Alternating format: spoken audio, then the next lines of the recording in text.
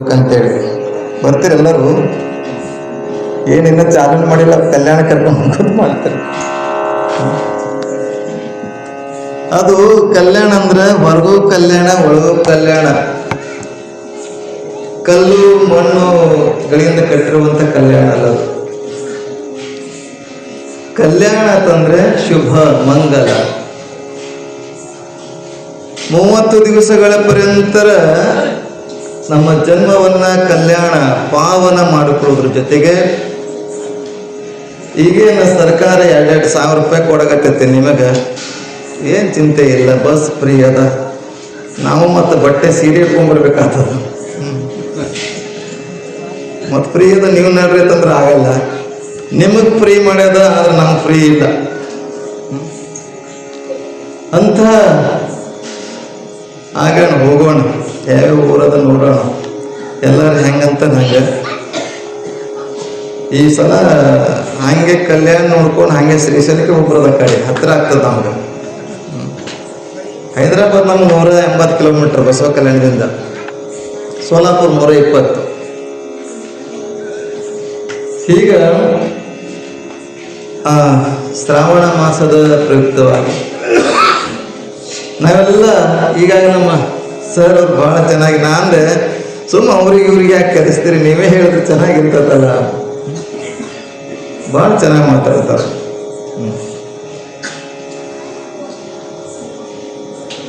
ಆಧ್ಯಾತ್ಮಿಕ ಜೀವಿಗಳಿದ್ದೀರಿ ನೀವೆಲ್ಲ. ಸಮೀಪದಲ್ಲಿ ಜ್ಞಾನಯೋಗಿ ಸಿದ್ದೇಶ್ವರ ಮಹಾಸ್ವಾಮೀಜಿಯವರಾಗಿ ಹೋಗಿದ್ದಾರೆ, ಮಲ್ಲಿಕಾರ್ಜುನ ಸ್ವಾಮೀಜಿಯವರಾಗಿ ಹೋಗಿದ್ದಾರೆ. ಅನೇಕ ಈ ವಿಜಯಪುರ ಜಿಲ್ಲೆ ಅಂತಂದ್ರೆ ಸಂತರ ನಾಡು, ಶರಣರ ನಾಡು.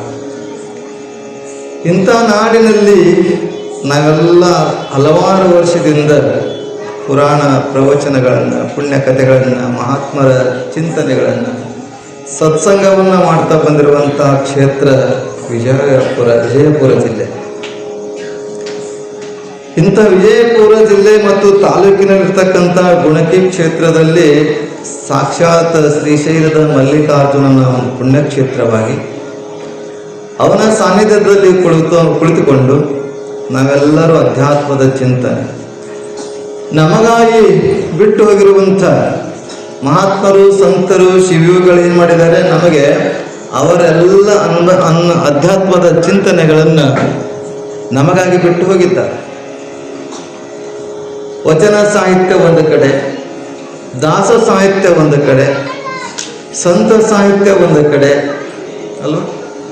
ಅಂಥ ಸಾಹಿತ್ಯವನ್ನು ನಾವೆಲ್ಲ ಮೆಲುಕು ಹಾಕುವುದ್ರ ಜೊತೆಗೆ ಶ್ರವಣ ಮಾಸದಲ್ಲಿ, ಶ್ರವಣ ಕಿವಿಗೆ ಸಂಬಂಧಪಟ್ಟಿರುವಂಥ ಮಾಸ ಇದು. ಕಿವಿಗಳಿಗೆ ಸಂಬಂಧಪಟ್ಟಿರುವಂತಹ ತಿಂಗಳು ಆಗಿರೋದ್ರಿಂದ ಶ್ರವಣ ಅಂದ್ರೆ ಕೇಳುವಂಥ ತಿಂಗಳು ಇದು. ನಾವೆಲ್ಲ ರೈತಾಪಿ ಜನರು, ಒಕ್ಕಲತನ ಮಾಡ್ತಕ್ಕಂಥವ್ರು ನಾವೆಲ್ಲ ಮಳೆಗಾಲ ಬಿತ್ತದೆಲ್ಲ ಮುಗಿದಿರ್ತದ. ಮಳೆಗಾಲದ ಸಂದರ್ಭ ಇನ್ನೇನು ಮಾಡಬೇಕು ಅನ್ನೋದಕ್ಕೋಸ್ಕರ ಒಂದಿಷ್ಟು ಸಾಯಂಕಾಲ ಕೂತ್ಕೊಂಡು ಒಂದಿಷ್ಟು ಅಧ್ಯಾತ್ಮದ ಚಿಂತನೆಯಲ್ಲಿ ಕಾಲ ಕಳೀಲಿ ನಮ್ಮವರು ಅಂತ ಹಿಂದಿನ ಹಿರಿಯರೆಲ್ಲ, ಹಿಂದಿನವರೆಲ್ಲ ಮಾಡ್ತಾ ಬಂದಿದ್ದಾರೆ. ಅದು ನಮಗೆ ದಾರಿ ದೀಪವಾಗಿದೆ ಇವತ್ತು. ಅದಕ್ಕೆ ಶ್ರವಣ ಮಾಡ್ತಾ ಇರೋದ್ರಿಂದಲೇ ನಾವೆಲ್ಲ ಅಧ್ಯಾತ್ಮದ ವಿಚಾರಗಳನ್ನು ಕೇಳುತ್ತಾ ಇರುವುದರಿಂದ ಇವತ್ತು ಈ ತಿಂಗಳ ಶ್ರಾವಣ ಮಾಸ ಅಂತಂದೆ. ಹೀಗೆ ಒಂದೊಂದು ತಿಂಗಳು ಒಂದೊಂದು ವಿಶೇಷತೆಯಿಂದ ಕೂಡಿದರೆ ಶ್ರಾವಣ ತಿಂಗಳೇನಂದ್ರೆ ಶ್ರವಣ ಅಧ್ಯಾತ್ಮದ ಚಿಂತನೆಯಲ್ಲಿ ತೊಡಗಿಸಿಕೊಳ್ಳುವಂಥ ತಿಂಗಳು.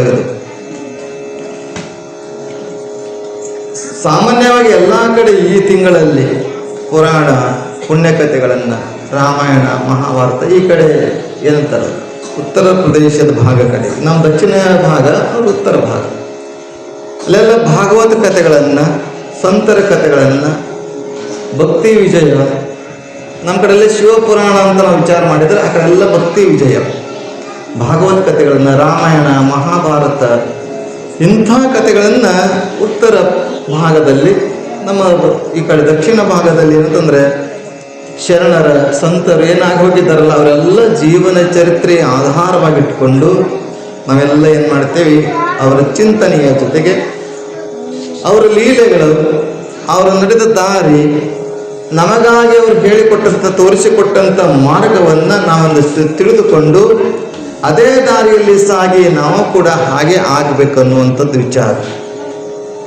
ನಾವು ಆಗದೆ ಹೋದ್ರೆ ಏನಾಯಿತು, ನಮ್ಮ ಮನಸ್ಸಾದರೂ ಆಗಬೇಕು. ಮನಸ್ಸು ಶುದ್ಧೀಕರಣ ಮಾಡುವಂಥ ತಿಂಗಳು. ನಿಮಗೆಲ್ಲ ಗೊತ್ತಿದೆ. ಈಗ ಕಸ ತೆಗಿಯಕ್ಕೆ ಬೇಕೀಗ ಏನು ಬೇಕು? ಕುರ್ಪಿ ಅಂತೀರ, ಇಳಿಗೆ ಅಂತೀರಿ ನಿಮ್ಮ ಕಡೆ? ಕಸ ತೆಗಿಯಕ್ಕೆ ಇಳಿಗೆ, ಕುರ್ಪಿ. ಕಸ ತೆಗಿಯಕ್ಕೆ ಕುರ್ಪಿ ಬೇಕು. ಆ ಕುರ್ಪಿ ಹಿಂದೆ ಏನಾಗೈತಿ, ಇಟ್ಟಿಟ್ಟೇನಾಗೈತಿ, ಜಂಗತ್ತಿರ್ತದೆ. ಅದಕ್ಕೆ ಜಂಗತ್ತು ಅಂದ್ರೆ ಏನದು ಕೊಯ್ಯಕ್ಕೂ ಬರಲ್ಲ, ಕಸ ತೆಗಿಯಕ್ಕೂ ಬರಲ್ಲ, ಯಾವುದೂ ಕೊಯ್ಯಕ್ಕೂ ಬರಲ್ಲ. ಅದಕ್ಕೇನು ಮಾಡ್ತೀರಿ? ಬಾಯಿ ತೊಳಿಸ್ತೀರಿ ಅಲ್ವಾ? ಬಾಯಿ ತೊಳಿಸ್ಬೇಕಾಗಿತ್ತಂದ್ರೆ ಏನು ಮಾಡ್ತೀರಿ? ಕಂಬಾರನ ಕೈಯಾಗ ಅದನ್ನು ಕೊಟ್ಟು ಬಾಯಿ ತೊಳೆದು ಕೊಡಪ್ಪ ಅಂತೇಳಿ, ಬಾಯಿ ತೊಳೆದು ಕೊಡು ಅಂತೇಳಿ ಕೊಟ್ಟು ಏನು ಮಾಡ್ತೀವಿ? ಅದಕ್ಕೆ ಏನು ಮಾಡ್ತಾನೆ ಕಂಬಾರ? ಆ ಕುಲ್ಮಿ ಒಳಗೆ ಹಾಕಿ ಕೆಂಪು ಮಾಡಿ ಅದಕ್ಕೆ ಬಡಿದು ಮತ್ತು ಚೂಪಾಗಿ ಮಾಡ್ತಾನೆ. ಅದು ಬಾಯಿ ತೊಳೆದು ಅಂತ ಹರಿತವಾಗಿ ಬಳಸುವಂಥದ್ದು.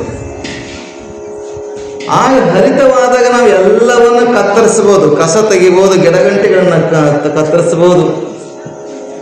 ಹೀಗೆ ಆ ಕುರ್ಪಿಯನ್ನು, ಕೊಡ್ಲಿಯನ್ನು ಹೇಗೆ ಇಷ್ಟು ದಿವಸ ನಾವು ಇಟ್ಟು, ಈ ತಿಂಗಳಲ್ಲಿ ಮಳೆಗಾಲ ಎಲ್ಲ ಹೆಂಗೆ ಬೇಕಂಗೆ ಗಿಡಗಳು ಬೆಳೆದಿರ್ತಾವ, ಅದು ಕತ್ತರಿಸ್ಬೇಕಲ್ಲ.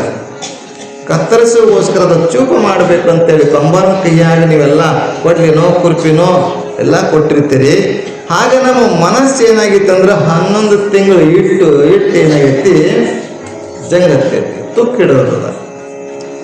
ತುಕ್ಕಿಡಿದವರು ಅಂತ ಮನಸ್ಸಿಗೆ ಏನಾಗ್ತಾ ಇದೆ ಅಂದ್ರೆ, ಈಗ ಇದು ಕಂಬಾರ ಕುಲ್ಮಿ, ನಾವೊಬ್ಬ ಕಂಬಾರ. ಈ ಕುಲ್ಮಿ ಒಳಗೆ ಆ ಪರಮಾತ್ಮ ಮಲ್ಲಯ್ಯನ ಸಾನ್ನಿಧ್ಯದಲ್ಲಿ ಒಂದು ಕುಲ್ಮೆಯನ್ನು ಹಾಕಿದ್ದೇವೆ. ಅಧ್ಯಾತ್ಮ ಎನ್ನುವುದು ಕುಲ್ಮೆ, ಜ್ಞಾನ ಎನ್ನುವಂಥ ಭಾತ ತಿದಿ ಹೊಡಿತಾ ಇದ್ದೇವೆ. ಆ ಜ್ಞಾನದ ತಿದಿಯಿಂದ ನಮ್ಮ ಮನಸ್ಸು ಹೆಂಗಾಗ್ತಂದ್ರೆ ಕೆಂಪಾಗಿ ಆಗಬೇಕು. ಕೆಂಪಾದಾಗ ಮನಸ್ಸನ್ನು ಯಾವ ರೀತಿಯಾಗಿ ಆದರೂ ಬದಲಾವಣೆ ಮಾಡೋದು. ಕಬ್ಬಿಣ ಕೆಂಪಾದಾಗ ನೀವು ಬಡಿದ್ರೆ ಯಾವುದಾದ್ರೂ ವಸ್ತು ತಯಾರಾಗ್ತದೆ. ಕಬ್ಬಿಣ ಮತ್ತು ಕರಗಾದ್ರೆ ಯಾವ ವಸ್ತು ತಯಾರಾಗೋದಿಲ್ಲ. ಹಾಗೆ ಇವತ್ತು ನಮ್ಮ ಮನಸ್ಸು ಸಂಸಾರ, ಶಬ್ದ, ಸ್ಪರ್ಶ, ರೂಪ, ರಸ, ಗಂಧಗಳ ಜೊತೆಗೆ ಇದ್ದೇನಾಗೈತಿ ಅಂತಂದ್ರೆ ತುಕ್ಕಿಡ್ದದ, ಜಂಗ್ ಹಿಡ್ದದ. ಆ ಜಂಗ್ ಹಿಡಿದಿರುವಂಥ ಮನಸ್ಸಿಗೆ ಒಂದು 30 ದಿವಸ ಅದಕ್ಕೆ ಪುಟು ಕೊಟ್ಟು ಒಂದು ಆಯುಧವನ್ನಾಗಿ, ಒಂದು ಶಸ್ತ್ರವನ್ನಾಗಿ ಮಾಡುವಂಥ ಕೆಲಸ. ಇಲ್ಲಿ ನಾವು ಆಯುಧ ಆಗೋದು ಬೇಕಾಗಿಲ್ಲ. ಮನಸ್ಸಿನಲ್ಲಿರ್ತಕ್ಕಂಥ ಕಾಮ, ಕ್ರೋಧ, ಲೋಭ, ಮೋಹ, ಮದ, ಮತ್ಸರ ಎನ್ನುವಂಥದ್ದೆಲ್ಲ ಅದಕ್ಕೆ ಕಿಲ್ಬು ಅಂತಾರೆ, ತುಕ್ ಅಂತಾರೆ, ಜಂಗ್ ಅಂತಾರೆ. ಅದನ್ನು ತೆಗೆಯುವಂಥ ಕೆಲಸ ಮಾಡುವಂಥದ್ದು. ಮಾಡಿ ಮಾಡಿ ಮಾಡಿ ಅಂತ ಮನಸ್ಸು ಸ್ವಚ್ಛವಾಗಿಟ್ಕೊಳ್ಳುವಂಥ ಕೆಲಸ ಈ ತಿಂಗಳು. ಅಂಥ ಸ್ವಚ್ಛವಾದ ಮನಸ್ಸಿಗೆ ಮಾತ್ರ ಪರಮಾತ್ಮನ ಗೋಚರ ಆಗ್ತಾನೆ. ಸ್ವಚ್ಛವಾದಂಥ ನಿರ್ಮಲವಾದಂಥ ಮನಸ್ಸಿಗೆ ಮಾತ್ರ ಪರಮಾತ್ಮ ಗೋಚರ ಆಗ್ತಾನನ್ನುವಂಥ ವಿಚಾರವನ್ನು ಅಲ್ಲಮ ಪ್ರಭುವಿನ ಚರಿತ್ರೆಯಲ್ಲಿ ನಾವು ತಿಳಿಯುತ್ತೇವೆ. ಅಲ್ಲಮ ಪ್ರಭುವನ ಚರಿತ್ರೆಯಲ್ಲಿ ಮಾಯಾದೇವಿ ಎನ್ನುವಂಥ ಒಂದು ಮೋಹ, ಒಂದು ಅಜ್ಞಾನ ಆವರಿಸಿದಾಗ ಅಂತಾನೆ ಅಲ್ಲಮ ಪ್ರಭು, ಮಾಯಾದೇವಿ ಈ ಥರದ ಅಜ್ಞಾನದಿಂದ ಕೂಡಿರುವಂಥ ಮನಸ್ಸಿನಿಂದ ಬಂದರೆ ಆಗುವುದಿಲ್ಲ, ಇನ್ನು ಸಾತ್ವಿಕ ಮನಸ್ಸಿನಿಂದ, ಸ್ವಚ್ಛವಾದ ಮನಸ್ಸಿನಿಂದ ಬಂದರೆ ನಾನು ಸಿಗ್ತೀನಿ ಅಂತಾನೆ ಅಲ್ಲಮ ಪ್ರಭು. ಮಾಯಾದೇವಿ ಹೋಗಿ 2ನೇ ಜನ್ಮದಲ್ಲಿ ಅಕ್ಕ ಮಹಾದೇವಿಯಾಗಿ ಬಂದಾಗ ಅಲ್ಲಮ ಪ್ರಭು ಸಿಗ್ತಾರೆ. ಹಾಗೆ ಮಲ್ಲಯ್ಯ ನಮಗೆ ಸಿಗಬೇಕಾಗಿತ್ತಂದ್ರೆ ನಾವು ಶ್ರೀಶೈಲಕ್ಕೆ ಹೋಗ್ಬೇಕಾಗಿಲ್ಲ, ಗುಡ್ಡ ಗಂವಾರದಲ್ಲಿ ಹೋಗಿ ತಪಸ್ಸು ಮಾಡಬೇಕಾಗಿಲ್ಲ. ಸ್ವಚ್ಛವಾದಂಥ ಮನಸ್ಸಿಟ್ಕೊಂಡ್ರೆ ಸಾಕು, ತಕ್ಷಣ ಪರಮಾತ್ಮ ಭೇಟಿ ಆಗ್ತಾನೆ. ಅಂಥ ಸ್ವಚ್ಛವಾದಂಥ ಮನಸ್ಸು ಮಾಡಲಿಕ್ಕೆ ಇವತ್ತು ನಾವೆಲ್ಲ ಅಲ್ಲಮ ಪ್ರಭುವಿನ ಚರಿತ್ರೆಯನ್ನು ಆಧಾರವಾಗಿಟ್ಕೊಂಡು ಅವನ ವಚನ ಸಾಹಿತ್ಯವನ್ನು, ಅವನ ನಡೆದ ದಾರಿಯನ್ನು ಬರುವಾಗ ಎಲ್ಲೆಲ್ಲೆಲ್ಲೆಲ್ಲೇ ಉದ್ಧಾರ ಮಾಡುತ್ತಾ, ಅಜಗಣ್ಣ ಮುಕ್ತಾಯಕ್ಕೆ ಬರ್ತಾರೆ, ಸಿದ್ದರಾಮ ಬರ್ತಾನೆ, ಬಸವಣ್ಣ ಬರ್ತಾರೆ, ಈ ಎಲ್ಲರನ್ನ ಉದ್ಧಾರ ಮಾಡುತ್ತಾ ಕಲ್ಯಾಣದಲ್ಲಿ ಶೂನ್ಯಪೀಠದ ಒಡೆಯನಾಗಿ ಮುಂದೆ ಕದಳಿ ಕಡೆಗೆ ಹೋಗುವಂತ ಮಾಡ್ತಾನೆ. ಹಲವಾರು ಲೀಲೆಯ ತೋರಿಸುವುದರ ಮುಖಾಂತರ ವಚನ ಸಾಹಿತ್ಯ ವ್ಯೋಮಕಾಯನಾಗಿ ಬಯಲ ರೂಪವಾಗಿ ಇರ್ತಕ್ಕಂಥ ಅಲ್ಲಮ ಪ್ರಭು ಆ ಚರಿತ್ರೆ ಬಹಳ ಸುಂದರವಾದಂಥ ಚರಿತ್ರೆಯನ್ನು ನಿರ್ಮಾಣ ಆಗಿದೆ. ಆ ಚರಿತ್ರೆಯನ್ನು ಬರೆದಂಥವರು ಚಾಮರಸ ಕವಿಗಳು. ಚಾಮರಸ ಕವಿಗಳು ನಿಮಗೆಲ್ಲ ಗೊತ್ತಿರೋ ಹಾಗೆ 15ನೇ ಶತಮಾನದಲ್ಲಿ ಇರುವಂಥವ್ರು. 14-15ನೇ ಶತಮಾನ ಮೊಟ್ಟ ಮೊದಲು ವಚನ ಸಾಹಿತ್ಯ ಪ್ರಾರಂಭವಾಗಿರುವಂಥ ವಿಚಾರ ಕೇಳಿದ್ರೆ 11ನೇ ಶತಮಾನ. 11ರಿಂದ ಶುರುವಾಗಿ ಅಲ್ಲಿ ಬೇದರ ದಾಸಿಮಯ್ಯ, ಕೆಂಬಾವಿ ಭೋಗಯ್ಯ, ಕೊಂಡಗುಳಿ ಕೇಶಿರಾಯ ಹೀಗೆ ಅನೇಕರು 11ನೇ ಶತಮಾನದಲ್ಲಿ ಅಂದರೆ ಬಸವ ಪೂರ್ವ ಯುಗ ಅಂತಾರೆ ಅದಕ್ಕೆ. ಬಸವ ಪೂರ್ವ ಯುಗ ಮತ್ತು ಬಸವ ಯುಗ, ಬಸವ ನಂತರ ಯುಗ. ವಚನ ಸಾಹಿತ್ಯದ ಅಧ್ಯಯನ ಮಾಡಿದರೆ ಬಸವ ಪೂರ್ವ, ಬಸವ ಯುಗ, ಬಸವೋತ್ತರ ಯುಗ ಹೀಗೆ 3 ಯುಗವನ್ನಾಗಿ ಮಾಡ್ತಾರೆ. 11ನೇ 12ನೇ ಶತಮಾನ ವಚನ ಸಾಹಿತ್ಯ ಏನಾಯ್ತಂದ್ರೆ ಹೆಮ್ಮರವಾಗಿ 770 ಗಣಗಳು. ಪ್ರತಿಯೊಂದು ಕಾಯಕವನ್ನು ಮಾಡ್ತಕ್ಕಂಥ ಶರಣರನ್ನ ನಾವು ಬಸವ ಕಲ್ಯಾಣದಲ್ಲಿ, ಕಲ್ಯಾಣ ಕ್ಷೇತ್ರದಲ್ಲಿ ನೋಡ್ತೇವೆ. ಅಂಬಿಗರ ಚೌಡಯ್ಯ, ಹಡಪದ ಅಪ್ಪಣ್ಣ, ಸಮಗಾರ ಹರಳಯ್ಯ,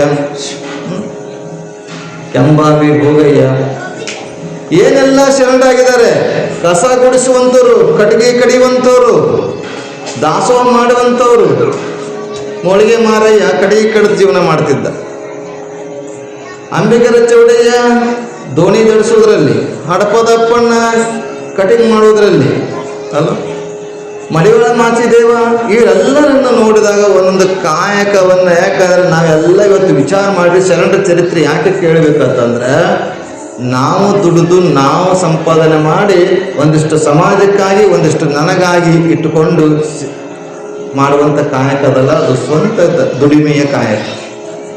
ಇವತ್ತು ನಾವೆಲ್ಲ ಊಟ ಮಾಡ್ತಾ ಇದ್ದೇವೆ ಅಂತ ಕೇಳ್ರಿ, ನಾವೆಲ್ಲ ಊಟ ಮಾಡ್ತಾ ಇದ್ದೇವೆ, ಮನೆಗೆ ಪ್ರಸಾದ ಮಾಡ್ತಾ ಇದ್ದೇವೆ ಅಂತಂದ್ರೆ ಅದು ತಂಗಳ ಅನ್ನ ಅಂತ ತಿಳ್ಕೊಬೇಕು. ತಂಗಳನ್ನ ತಂದ್ರೆ ನಮ್ಮ ತಂದೆ ನಮ್ಮ ಅಜ್ಜ ಗಳಿಸಿರುವಂಥದ್ದೇ ಊಟ ಮಾಡ್ತಾ ಇದ್ದೇವೆ, ನಾ ಗಳಿಸಿದ್ದಿಲ್ಲವೇ ಇಲ್ಲ.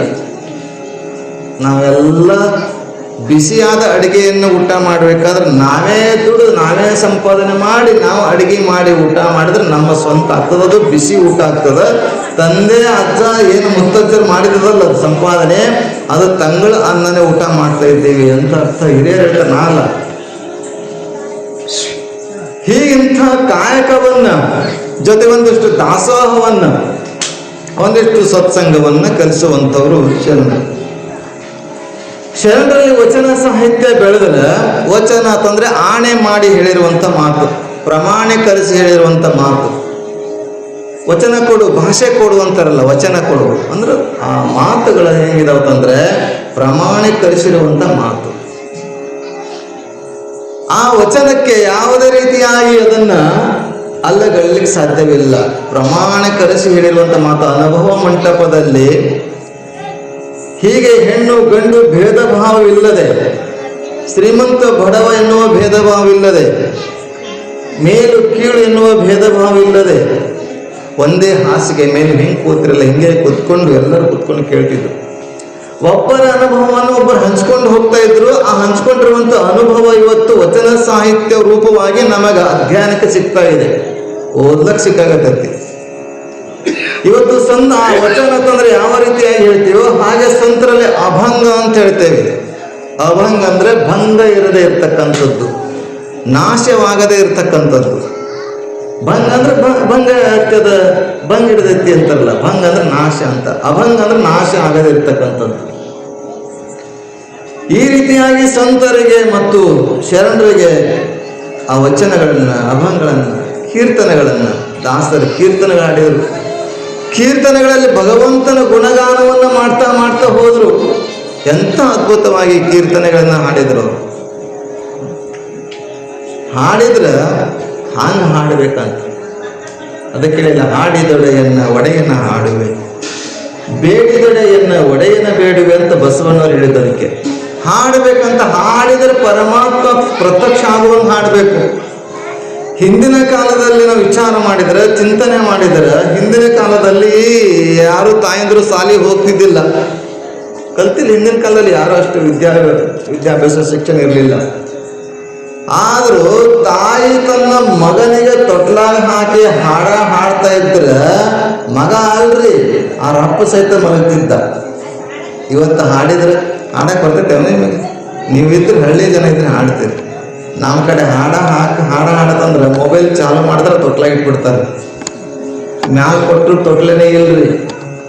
ಈಗೇನು ಪ್ಲಾಸ್ಟಿಕ್ ತೊಟ್ಲ ಬಂದತಿ, ಅದು ಕೆಳಗೆ ಗುಡ್ದಾಗ ಕೊಡ್ಬೇಕು ಮಗುವಿಗೆ. ಮ್ಯಾಲ ತೊಗೊಂಡು ಕೆಳಗೆ ಕೊಡ್ಬೇಕಲ್ಲ, ಈಗ ಇಲ್ರಿ. ಅದಕ್ಕೆ ಹಿಂಗೆ ಕಟ್ಟಿಗೆ ಇರ್ತಿತ್ತು, ಅಲ್ಲೇ ಮ್ಯಾಲೆ ಕೊಡೋದ್ರಿ. ಅದಕ್ಕೆ ಭಾಳ ಮಜಾ. ಅದಕ್ಕೆ ಅಂಥ ವಚನ ಸಾಹಿತ್ಯದ ಮೂಲ ಸೆಲೆ ನೆಲೆ ಬಸವನಾಡು. ಆ ಬಸವನಾಡಿನಲ್ಲಿರ್ತಕ್ಕಂಥ ಅಲ್ಲಮ ಪ್ರಭುವಿನ ಚರಿತ್ರೆ ಬಹಳ ಖುಷಿ ಆಗ್ತದೆ ನಿಮಗೆಲ್ಲ ನೋಡಿದ್ರೆ. ಚಾಮರಸ ಕವಿಗಳು ಬಗ್ಗೆ ಹೇಳ್ತೀನಿ ಸ್ವಲ್ಪ. ಚಾಮರಸ ಕವಿಗಳಂತಂದ್ರೆ ನಿಮಗೆಲ್ಲ 15ನೇ ಶತಮಾನದಲ್ಲಿ 101 ವಿರಕ್ತರಂತ ಆಗೋದ್ರು. ಯಡಿಯೂರು ಸಿದ್ಧಲಿಂಗೇಶ್ವರನ ಕಾಲದಲ್ಲಿ ವಿರಕ್ತ ಮಠಗಳನ್ನೆಲ್ಲ ಸ್ಥಾಪನೆ ಆಗಿದ್ದೆಲ್ಲ ಯಡಿಯೂರು ಸಿದ್ಧಲಿಂಗೇಶ್ವರನ ಕಾಲದಲ್ಲಿ.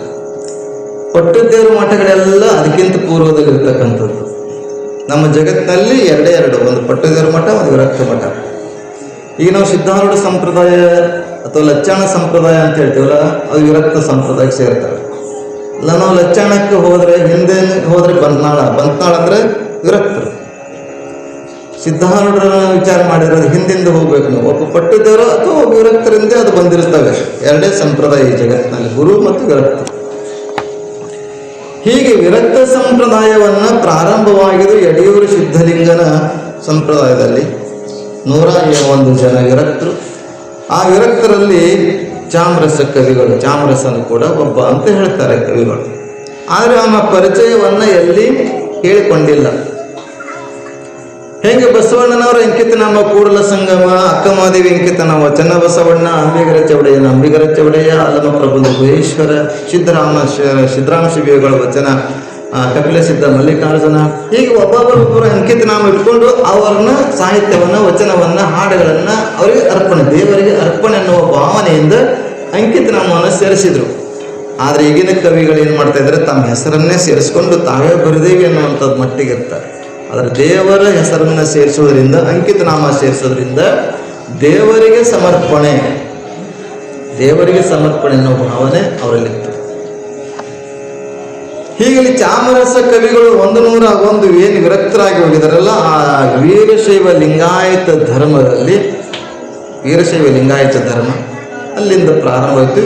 ಅಂದರೆ ಅದಕ್ಕಿಂತ ಮುಂಚೆ ಇದೆ ಶೈವ, ವೀರಶೈವ, ಅದರಲ್ಲಿ ಬೇರೆ ಬೇರೆ ವಿಂಗಡಣೆ ಆಯಿತು. ಮುಂದೆ ಬರ್ತಾ ವೀರಶೈವ ಲಿಂಗಾಯತ ಆಯಿತು. ಈಗ ಲಿಂಗಾಯತನೇ ಬೇರೆ, ವೀರಶೈವರೇ ಬೇರೆ ಅನ್ನುವಂಥದ್ದು ನಮಗೆ ಒಡೆದ ಆಳಗತ್ತಾರೆ ರಾಜಕೀಯ ವ್ಯಕ್ತಿಗಳು. ನಾವೆಲ್ಲ ವೀರಶೈವ ಲಿಂಗಾಯತರು, ಎಲ್ಲರೂ ಲಿಂಗ ಧಾರಣೆ ಮಾಡಿಕೊತಕ್ಕಂಥವ್ರು ನಾವೆಲ್ಲ ವೀರಶೈವ ಲಿಂಗಾಯತರು ಬೇರೆ, ವೀರಶೈವರು ಬೇರೆನೇ ಆಯ್ತು. ಈಗ ಆಗ ಆಗಬಾರ್ದು. ಅಂದ್ರೆ ಇದಕ್ಕಿಂತ ಪೂರ್ವದಲ್ಲಿ ಜೈನ ಬೌದ್ಧ ಸಾಹಿತ್ಯ ಕಾಲದಲ್ಲಿ ನಿಮ್ಗೆ ತಿರುಗತ್ತ ಸ್ವಲ್ಪ ಇದು ಪೀಠಿಕೆ, ಇವತ್ತು ಸುಮ್ಮನೆ ಜನರಲ್ ಹೇಳ್ತಾ ಇದ್ದೇನೆ. ಇದಕ್ಕಿಂತ ಪೂರ್ವದಲ್ಲಿ ಜೈನ ಬೌದ್ಧ ಧರ್ಮ ಕಾಲ ಇತ್ತು. ಆಗ ಜೈನ ಕವಿಗಳು, ಬೌದ್ಧ ಕವಿಗಳು ಅವರೆಲ್ಲ ಜೈನರು ಜಾಸ್ತಿ, ರಾಜರೆಲ್ಲ ಆಗ ಸಾಹಿತ್ಯಗಳು ಜಾಸ್ತಿ ಅವರೇ ಬರ್ತಿದ್ರು. ಮುಂದೆ ಈ 15ನೇ ಶತಮಾನದಿಂದ ಶೈವ ಸಂಪ್ರದಾಯ, ಲಿಂಗಾಯತ ಸಂಪ್ರದಾಯ, ವೀರಶೈವ ಸಂಪ್ರದಾಯ ಶುರುವಾಯಿತು. ಏನು ವೀರಶೈವ ಸಂಪ್ರದಾಯಕ್ಕೆ ಸಂಬಂಧಪಟ್ಟಂತೆ ಶರಣರ ಚರಿತ್ರೆಗಳನ್ನು ಅವಾಗಿಂದ ಬರೆಯೋಕ್ಕೆ, ಪ್ರಚಾರ ಮಾಡಲಿಕ್ಕೆ ಶುರುವಾಯಿತು. ಶೂನ್ಯ ಸಂಪಾದನೆಗಳನ್ನು ಹಾಗೆ ಶುರುವಾಯಿತು. ಅಂದರೆ ವಚನ ಸಾಹಿತ್ಯವನ್ನು ಶೂನ್ಯ ಪೀಠ, ಶೂನ್ಯ ಸಂಪಾದನೆ ಅನ್ನುವ ರೀತಿಯಲ್ಲಿ ಸಂಪಾದಿಸುವಂಥ ಗ್ರಂಥಗಳನ್ನು ಶುರುವಾಯಿತು. ಹಾಗೆ 101 ವಿರಕ್ತರಲ್ಲಿ ಒಬ್ಬರಾಗಿರ್ತಕ್ಕಂಥವ್ರವರು, ಅದು ಸುವರ್ಣ ಯುಗ. ವೀರಶೈವ ಧರ್ಮಕ್ಕೆ ಏನಾಯಿತು ಅಂದರೆ ಸುವರ್ಣ ಯುಗ. ಅಂದರೆ ಸಾಕಷ್ಟು ಸಾಹಿತ್ಯ ಹೊರಬರಕ್ಕೆ ಶುರುವಾಯಿತು. ಗದುಗಿನ ಕುಮಾರವ್ಯಾಸರು, ಆಮೇಲೆ ರಾಘವಂಕರು, ಆಮೇಲೆ ಚಾಮರಸರು, ಇವರೆಲ್ಲರ ಆ ಕಾಲದಲ್ಲಿರ್ತಕ್ಕಂಥವ್ರು. ಕುಮಾರ ವ್ಯಾಸರ ಹೆಂಡತಿಯ ಏನು ಅಣ್ಣ ಅಂದರೆ ಮಾವ, ಕುಮಾರವ್ಯಾಸರ, ಗದುಗಿನ ಕುಮಾರವ್ಯಾಸ ಹೇಳ್ತೇವಲ್ಲ, ಅವರು ಮಾವ. ಇವರು ಚಾಮರಸ ಕವಿಗಳು. ಚಾಮರಸ ಕವಿಗಳು ಮಾವ ಆಗಿದ್ರಿಂದ ಅವರು ಈ ಸಾಹಿತ್ಯವನ್ನು, ಶರಣರ ಸಾಹಿತ್ಯವನ್ನು ಬರೆದರು. ಅಷ್ಟಲ್ಲದೆ ಇನ್ನೊಂದು ಕಥೆಯಲ್ಲಿ ಏನು ಹೇಳ್ತಾರೆ, ಚನ್ನಬಸವಣ್ಣ ಜನಿಸುವ ಪೂರ್ವದಲ್ಲಿ ಬಸವಣ್ಣನವರು ಈ ಪ್ರಸಾದ ಮಾದಾರ ಚೆನ್ನಯ್ಯನ ಪ್ರಸಾದ, ನಡೆ ಚೆನ್ನ ನುಡಿ ಚೆನ್ನ, ಎಲ್ಲಿ ನೋಡಿದಳು ಚೆನ್ನ ಅಂತ ಚೆನ್ನಯ್ಯನ ಮನೆಯ ಪ್ರಸಾದ ಕರೀತಾರೆ, ಪ್ರಸಾದ ಸಮಯ. ಆ ಸಂದರ್ಭದಲ್ಲಿ ಬಸವಣ್ಣನವರು ಅರಮನೆ ಕೆಲಸಕ್ಕೆ ಹೋಗುವ ಸಂದರ್ಭ ಹೋಗ್ತಾ ಇರ್ತಾರೆ. ಪ್ರಸಾದ ಸಮಯ ಆದದ್ದಕ್ಕಾಗಿ ಬಸವಣ್ಣವರೇ ಪ್ರಸಾದಕ್ಕೆ ಬರಬೇಕು ಅಂತಂದಾಗ, ಇಲ್ಲಪ್ಪ ಅರಮನೆ ಕೆಲಸ ಐತಿ ಹೋಗ್ತೀನಿ ಅಂತ ಹೋಗ್ತಾರೆ. ಆದ್ರೆ ಬಸವಣ್ಣ ಬರುವಾಗ ಮಾಡಬೇಕು, ಪ್ರಸಾದ ಮಾಡಬೇಕು, ಚೆನ್ನಯ್ಯನ ಮನೆಯ ಪ್ರಸಾದ ಮಾಡಬೇಕು ಅಂತ ನೋಡ್ತಾರೆ. 12 ವರ್ಷಗಳವರೆಗೂ ಪ್ರಸಾದ ಸಿಗಲಿಲ್ಲ ಅಂತ. ಒಂದು ಸಲ ನಾವು ಬಿಟ್ಟು ಹೋದ್ರೆ 12 ವರ್ಷ ಸಿಗಲ್ಲಂತೆ. ಹಾಗೆ ಪ್ರಸಾದಕ್ಕಲ್ಲಬೇಬಾರದು, ಅನ್ನ ದೇವರ ಮುಂದೆ ಇನ್ನು ದೇವರ ಉಂಟೆ, ಅನ್ನವಿರು ತನಕ ಜಗದೊಳು ಪ್ರಾಣ ಬೆರಲು, ಅನ್ನವೇ ದೈವ ಸರ್ವಜ್ಞ ಅಂತ ಹೇಳ್ತಾರೆ ಸರ್ವಜ್ಞ ಮೂರ್ತಿಗಳು. ದೇವರು ಅನ್ನವೇ ಬ್ರಹ್ಮ ಅಂತ ಹೇಳಿದರು, ಆನಂದವೇ ಬ್ರಹ್ಮ ಅಂತ ಹೇಳಿದರು. ನಮ್ಮ ಹಂತ ನಾವು ಯಾವ ರೀತಿಯಾಗಿದ್ದೀವಿ, ಆನಂದವೇ ಬ್ರಹ್ಮ ಅನ್ನುವ ಮಟ್ಟಕ್ಕೆ ಹೋದಾಗ ಆನಂದ ಬ್ರಹ್ಮ ಆಗ್ತದೆ.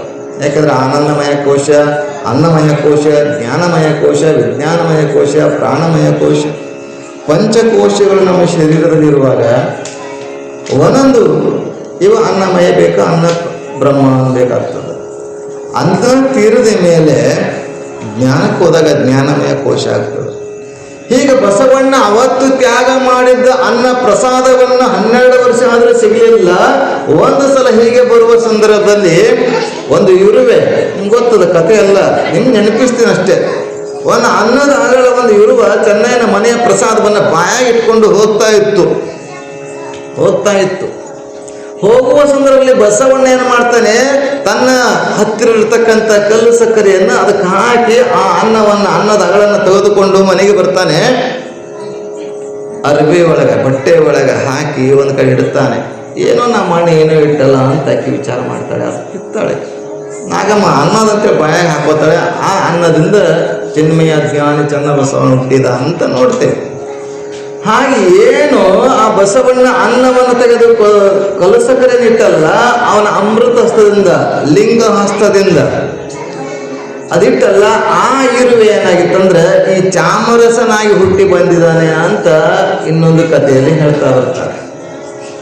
ಇದು ಎಲ್ಲಿರುತ್ತಂದ್ರೆ ಗುರುರಾಜ ಚರಿತ್ರೆಯೊಳಗೆ ಬರುವಂಥದ್ದು. ಗುರುರಾಜ ಚರಿತ್ರೆ ಅಂತ ಬರ್ತದೆ.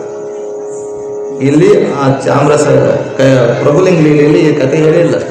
ಅಂದರೆ ಬಸವಣ್ಣರ ಕಾಲಕ್ಕೆ ಏನು ಅನ್ನದ ಅಗಳನ್ನು ತೆಗೆದುಕೊಂಡು ಕಲಸಕ್ರೆ ಹಾಕಿದಲ್ಲ, ಆ ಕಲಸಕ್ರೆಯ ಆಶೀರ್ವಾದ ಅವನ ಸ್ಪರ್ಶನೋ ಆ ಇರುವೆ ಮುಂದೆ ಚಾಮರಸ ಆಗಿ ಹುಟ್ಟಿದಾನೆ ಅಂತ ಹೇಳ್ತಾರೆ. ಅಂತಹ ಚಾಮರಸ ಜ್ಞಾನಿಯಾಗಿ ವೀರಶೈವದ ಸುವರ್ಣ ಯುಗಕ್ಕೆ ಒಂದು ಅಲ್ಲಮ ಪ್ರಭುವಿನ ಅನೇಕ ಚರಿತ್ರೆಯನ್ನು ಬರೆದಿದ್ದಾರೆ. ಹಾಗಂತ ಚರಿತ್ರೆಯ ಬಹಳ ಸುಂದರವಾಗಿ ರಚನೆಯನ್ನು ಮಾಡ್ತಾ ಹೋಗ್ತಾರೆ. ಪ್ರಭುಲಿಂಗ ಲೀಲೆಯಲ್ಲಿ ನಾವೆಲ್ಲ ಅಧ್ಯಾಯಗಳಂತ ಹೇಳ್ತೇವೆ. ಅಧ್ಯಾಯ ಸುಮಾರು ಇಲ್ಲಿ ಏನಂದ್ರೆ ಅಧ್ಯಾಯಗಳಲ್ಲಿ ಇಲ್ಲಿಲ್ಲ ಅಂದ್ರೆ ಗತಿ ಅಂತ ಕರೆದಿದ್ದಾರೆ. ಗತಿ ಅಂತಂದ್ರೆ 25 ಅಧ್ಯಾಯ, 25 ಗತಿಗಳಿಂದ ಕೂಡಿರುವಂಥದ್ದು. 25 ಗತಿ ಅಧ್ಯಾಯ, 25 ಅಧ್ಯಾಯಗಳನ್ನು ಕೂಡಿರುವಂತಹ ಈ ಗ್ರಂಥ 1111 ಅಷ್ಟು ಷಟ್ಪದಿಗಳಲ್ಲಿ ರಚನೆ ಮಾಡಿದ್ದಾರೆ.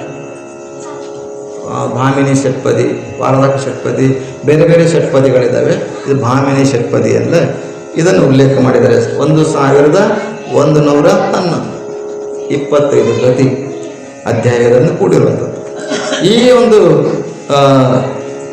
ಚರಿತ್ರೆಯಲ್ಲಿ ಬಹಳ ಸುಂದರವಾಗಿ ಎಲ್ಲ ಶರಣರನ್ನು, ಎಲ್ಲ ಮಹಾತ್ಮರನ್ನು, ಅವರು ದೇವರಿಗೆ ನೆನೆದಿಲ್ಲ, ದೇವರು ನೆನೆಯುವುದಕ್ಕಿಂತ ಮೊದಲು ನನಗೆ ಸರ್ವಸ್ವವೇ ಬಸವಣ್ಣನೇ ಇದನ್ನು ಚಿತ್ರಮ್ಮ ಹೇಳಿದ ನೋಡಿ. ಬಸವಣ್ಣನೇ ತಂದೆ, ಬಸವಣ್ಣನೇ ತಾಯಿ, ಬಸವಣ್ಣನೇ ಪರಮ ಬಂಧುವೆನಗೆ. ಹಾಗೆ ಶರಣರೇ ಪರಮ ಬಂಧು ಅಂತ ವಿಚಾರ ಇಟ್ಕೊಂಡು ಎಲ್ಲ ಶರಣರನ್ನ ಸ್ಮರಣೆ ಮಾಡ್ತಾ ಹೋಗ್ತಾನೆ. ಪೀಠಿಕಾ ಅಧ್ಯಾಯದಲ್ಲಿ, 1ನೇ ಅಧ್ಯಾಯದಲ್ಲಿ ಎಲ್ಲ ಶರಣರನ್ನ ಬಸವಣ್ಣ, ಅಲ್ಲಮ ಪ್ರಭು, ಚನ್ನಬಸವಣ್ಣ, ಸಿದ್ದರಾಮ, ಅಕ್ಕಮಹಾದೇವಿ, ಅನೇಕ ಶರಣರನ್ನ ಆ ಸ್ಮರಣೆಯನ್ನು ಮಾಡ್ತಾ ಹೋಗ್ತಾರೆ.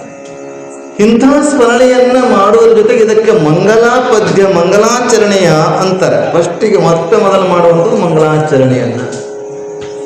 ಈ ಮಂಗಲಾಚರಣೆಯನ್ನ ಸಾಮಾನ್ಯವಾಗಿ ಮೊದಲು ಮಾಡುವಂಥ ಮಂಗಲ, ಕೊನೆಗೆ ಮಾಡುವಂಥ ಮಂಗಲ, ಮಧ್ಯದಲ್ಲಿ ಮಾಡುವಂಥ ಮಂಗಲವನ್ನು ಯಾಕೆ ಮಾಡಬೇಕು ಅಂತಂದ್ರೆ ನಿರ್ವಿಘ್ನವಾಗಿ ಕಾರ್ಯ ಸಮಾಪ್ತಿ ಆಗಬೇಕು.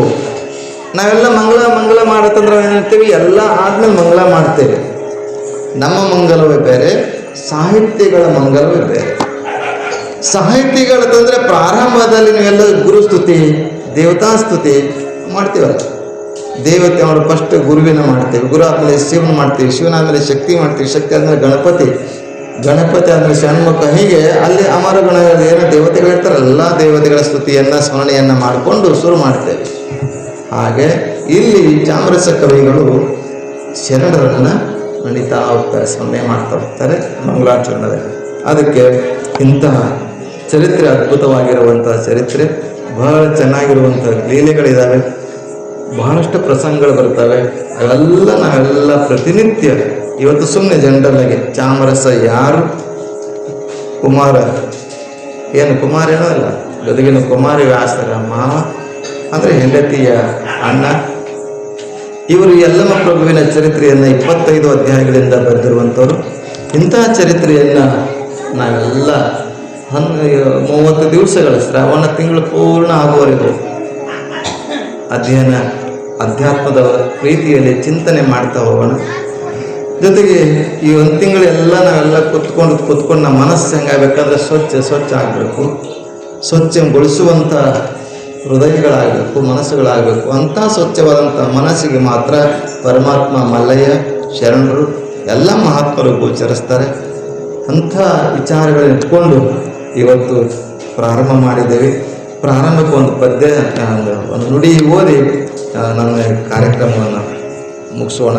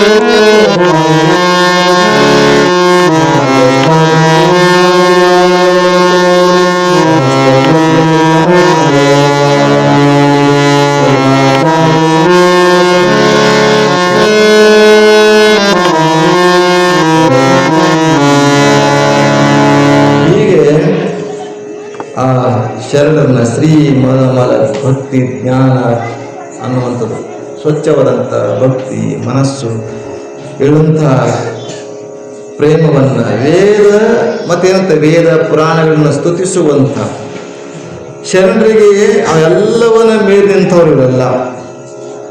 ಸಹಸ್ರ ಶಿರೀಷ ಪುರುಷ ಅಂತ ಪುರುಷ ಸೂಕ್ತ ಹೇಳ್ತದ. ಹಾಗೆ ನಾವು ವಚನ ಹೇಳ್ತೀವಿ, ಜಗದಾಗಲ ಮುಗಿಲಾಗಲ ಮಿಗೆಯಾಗಲ ನಿಮ್ಮಗಲ ಅಂತೇಳಿ. ಹಾಗೆ ಶರಣರ ಲೀಲೆಗಳನ್ನು ಜ್ಞಾನಕ್ಕೂ ಅತೀತರು, ವೇದಕ್ಕೂ ಅತೀತರು, ನಿಲುಕದಂಥವರು ಅವರೆಲ್ಲ. ಅಂದರೆ ವ್ಯೋಮಕಾಯ ಅಂದರೆ ಬಯಲನೆ ಬಿತ್ತಿ ಬಯಲನೆ ಬೆಳೆದಂಥವರು. ಅಂಥ ಬಯಲು ರೂಪಿ ಇರ್ತಕ್ಕಂಥ ವ್ಯೋಮಕಾಯ ಆಗಿರ್ತಕ್ಕಂಥ, ಎಲ್ಲರಿಂದ ಸ್ತುತಿಸಲ್ಪಡುವಂಥ, ಎಲ್ಲರಿಂದ ಗೌರವಿಸಲ್ಪಡುವಂಥ ಅಲ್ಲಮ ಪ್ರಭುದೇವರನ್ನು, ಕಾಯಕ ದಾಸೋಹ ಅನುಭವ ಹಂಚಿಕೊಂಡಿರ್ತಕ್ಕಂಥ ನಮ್ಮ ಸಂಗನ ಬಸವಣ್ಣನವರನ್ನು, ಅಕ್ಕ ಮಹಾದೇವಿಯನ್ನು, ಎಲ್ಲ ರೀತಿಯಾಗಿ ಎಲ್ಲ ಶರಣರ ಸ್ತುತಿಯನ್ನು ಮಾಡ್ತಾ ಹೋಗ್ತಾರೆ. ಹೀಗೆ ಇವತ್ತಿನ ಈ ಪುರಾಣವನ್ನು ಇವತ್ತಿಗೆ ಆ ಮಲ್ಲಯ್ಯನ ಶ್ರೀಚರಣಕ್ಕೆ ಅರ್ಪಿಸಿ, ನಾಳೆ ಸರಿಯಾಗಿ ಸಮಯಕ್ಕೆ ತಾವೆಲ್ಲ ಬರಬೇಕು. 8 ರಿಂದ 9 ಗಂಟೆವರೆಗೆ 7-7:30 ಸಂಗೀತ ಕಾರ್ಯಕ್ರಮ ಶುರು ಆಗ್ತದೆ. ನಾನು ಹಾಡಂಗಿಲ್ಲ, ಸುಮ್ಮನೆ ಇಟ್ಟಿದ್ದೀನಿ ಚೆನ್ನಕ್ಕೆ ಆಗಲಿ ಅಂತೇಳಿ ಮಗ್ಗಲ. ಅದಕ್ಕಾಗಿ ತಾವೆಲ್ಲರೂ ಕೂಡ ನಾಳೆ ಸರಿಯಾದ ಸಮಯಕ್ಕೆ ನಾವು ಇವತ್ತೇ ಬಂದೀವಿ, ಇವತ್ತಿಗೆ ಎಲ್ಲ ರೆಡಿ ಆಗೈತಿ. ಅದಕ್ಕೆ ತಾವೆಲ್ಲ ಹೆಚ್ಚಿನ ಸಂಖ್ಯೆಯಲ್ಲಿ ಬಂದು ಪಾಲ್ಗೊಳ್ಬೇಕು. ನನಗೆ ಬಹಳ ಖುಷಿ ಯಾಕೆ ಆಗ್ತು ಅಂತ ಕೇಳಿದರೆ, ಮೊದಲೇ ದಿವಸ ಇಷ್ಟು ಮಂದಿ ಬಂದಿರು ಸರ್, ಮೊದಲೇ ದಿವಸ ಇಷ್ಟು ಮಂದಿ. ನೀವು ನಾಳೆ ಬರಬೇಕಾದ್ರೆ 10 ಮಂದಿ ಕರ್ಕೊಂಬರ್ಬೇಕು. ಕರ್ಕೊಂಬರ್ತೀರಿ? ಯಾರ್ಯಾರು ಕರ್ಕೊಂಬರ್ತಿರಲ್ಲ ಅವ್ರಿಗೆ ಫ್ರೀ ಕಲ್ಯಾಣ, ಬಸ್ಸಿಗೆ ಮತ್ತು ಕಾರ್ನಾಗಲ್ಲ. ನಿಮ್ದೆಲ್ಲ ಫ್ರೀ ಮಾಡ್ಯಾರ. ಅದಕ್ಕೆ ನೀವು 10 ಜನಕ್ಕೆ ಕರ್ಕೊಂಬರ್ರಿ, ಮತ್ತು ಚೆನ್ನಾಗಿ ಆಗ್ತದೆ ಕಾರ್ಯಕ್ರಮ. ಮತ್ತು ಏನಾದರೂ ವಿಶೇಷ ಕಾರ್ಯಕ್ರಮಗಳು ಇದ್ರೆ ನಡುವೆ ಮತ್ತು ಎಲ್ಲ ಕೂಡಿ ಮಾತಾಡ್ಕೊಂಡು ಇಟ್ಕೊಳಕ್ಕೆ ಬರ್ತೈತಿ. ಮತ್ತು ಊರಿಗಂತೂ ಹೋಗ್ಬೋದೈತಿ. ನೀವು ಬರಲಿ ಅಂದ್ರೆ ನಮ್ಮ ಬಸ್ನವ್ರಂತೂ ಕರ್ಕೊಂಡು ಹೋಗ್ತಾರೆ. ಇವ್ರ ಕಂಪ್ನಿ ನಮ್ಮ ಗಾಡಿಯಾಗ 5 ಜನ ಹಿಡಿತದೆ ಅಷ್ಟೇ. ಮ್ಯಾಲ ಒಂದಿಷ್ಟು ಡಿಕ್ಕಿಯಾಗ ಒಂದಿಷ್ಟು ಆಗಬೇಕಾಗ್ತದೆ. ತಾವೆಲ್ಲರೂ ನಾಳೆ ಸರಿಯಾಗಿ ಬಂದು. ಗುಲ್ಬರ್ಗದಲ್ಲಿ ಪ್ರವಚನಕ್ಕೆ ಹೋಗಿದ್ದು ಹಿಂಗೆ. ಪ್ರವಚನಕ್ಕೆ ಹೋದಾಗ ಎಷ್ಟಾಗಿತ್ತು ಅಂತಂದ್ರೆ, ಹಿಂಗೆ ಹೇಳ್ತಾ ಇರ್ಬೇಕಾದ್ರೆ ಶುರು ಮಾಡಿದೇವಿ. ಹಿಂಗೆ ಸ್ತುತಿ ಸಾಂಬ ಸಸ್ಯವ ಒಂದಿಷ್ಟು ಅಂದೇವಿ. ಎಷ್ಟು ಜನ ಅಂತಂದ್ರೆ 4 ಜನ ರೀ, ಹಿರಿಯರು 4 ಜನ ಇದ್ರು. 1ನೇ ದಿವ್ಸ 4 ಜನ ಇದ್ರು, 2ನೇ ದಿವ್ಸಕ್ಕೆ 5 ಜನ ಆದರು. ಹೀಗೆ ಬರ್ತಾ ಬರ್ತಾ ಹೆಚ್ಚಾಕೋತ ಹೋಯ್ತು. ನಾವು ಒಬ್ರಿಗೆ ಕೇಳಿದೆ, ಹಿರಿಯರು ಕೂತಾರ್ಲಿಂಗ ಕಾಕವ್ರ, ಮೊದಲೇ ದಿವಸ 4 ಮಂದಿ ಇದ್ದೇವಿ. ಯಾರು ಗೊತ್ತಾ 4 ಮಂದಿ ಅಂದ್ರೆ? ತವಲಾಪೇಟೆ ಬಸವಣ್ಣ, ನಾವೊಬ್ಬ. ಇಲ್ಲಿ ತವಲನೂ ಇಲ್ಲ, ಪೇಟೆ ಇಲ್ಲ, ಬಸವಣ್ಣ ಇಲ್ಲ. ಹಿಂಗಿರ್ಬೇಕು, ಚಂದ ಇರ್ತೈತಿ. ಯಾವುದೂ ಗೋಜಿರಲಿಲ್ಲ. ಅದಕ್ಕೆ ಅವ್ರು ಹಿರಿಯರಂದ್ರು, ನಾವು 4 ಮಂದಿ ಇದ್ದೇವೆ, ಬರ್ತಾ ಬರ್ತಾ ಹೆಚ್ಚಾಗುತ್ತೆ ಏನಂತಂದ. ಮೊದ್ಲು ಯಾಕೆ ಬಂದಿಲ್ಲ ಅಂತ ಕೇಳಿದಾಗ ಅವರಂದ್ರು, ಇಲ್ರಿ ಅಪ್ಪವ್ರ ಅಂತಾರ ಕಡೆ, ಇಲ್ರಿ ಅಜ್ಜವ್ರ ಅಂತ ಈ ಕಡೆ ಹೇಳ್ಬೇಕಾಗ್ತದೆ. ಇಲ್ರಿ ಅಜ್ಜವ್ರ, ಮೊದಲನೇ ದಿವಸ ಯಾರು ಬಂದಿರ್ತಾರಲ್ಲ ಕೊನೆ ತನಕ ಬರ್ಬೇಕಾಗ್ತದ. 2ನೇ ದಿವಸ ಬಂದವ್ರು ಏನಾಗ್ತದ, ಬಿಟ್ಟು ಬಂದು ನಡೀತದಲ್ಲ, ಅದಕ್ಕಾಗಿ 1ನೇ ದಿವಸ ಯಾರು ಬಂದಿಲ್ರಿ ಅಂತಂದ್ರ. ಹಾಗೆ ಇವತ್ತು ಎಲ್ಲರೂ ಇಲ್ಲಿ ಬಂದಿರಲ್ಲ, ಕೊನೆ ತನಕ ಬರ್ತೀರಂತ ಗೊತ್ತಾಗ್ಬಿಡ್ತು. ಅದಕ್ಕೆ ನೀವಾರಿ ಬರಬೇಕು, ಎಲ್ಲರೂ ಕರ್ಕೊಂಬರ್ರಿ. ಬಹಳ ಚೆನ್ನಾಗೈತಿ. ನೀವು ಎಷ್ಟು ಚೆನ್ನಾಗಿ ಕುತ್ಕೊಂಡು ಕೇಳ್ತೀರಿ ಅಷ್ಟು ಚೆನ್ನಾಗಿ ಮಲ್ಲಯ್ಯ ಒಳಗಡೆ ಒಳಗೋಗಿ ಅವನು ಹೇಳಕಸ್ತಾನೆ.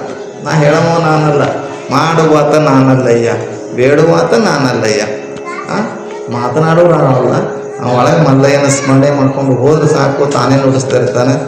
ಆ ಪುರಾಣವನ್ನು ನಾವೆಲ್ಲರೂ ಕೇಳಿ ಕೃತಾರ್ಥರಾಗೋಣ, ಧನ್ಯರಾಗೋಣ ಅಂತ ಹೇಳ್ತಾನೆ. ನಮ್ಮ ಸೇವೆಯನ್ನು ಗುರು ಚರಣಕ್ಕೆ ಅರ್ಪಿಸಿ ಮಂಗಲವನ್ನು ತೋರಿಸ್ತೇನೆ. ಹರಂ ಶಾಂತಿ.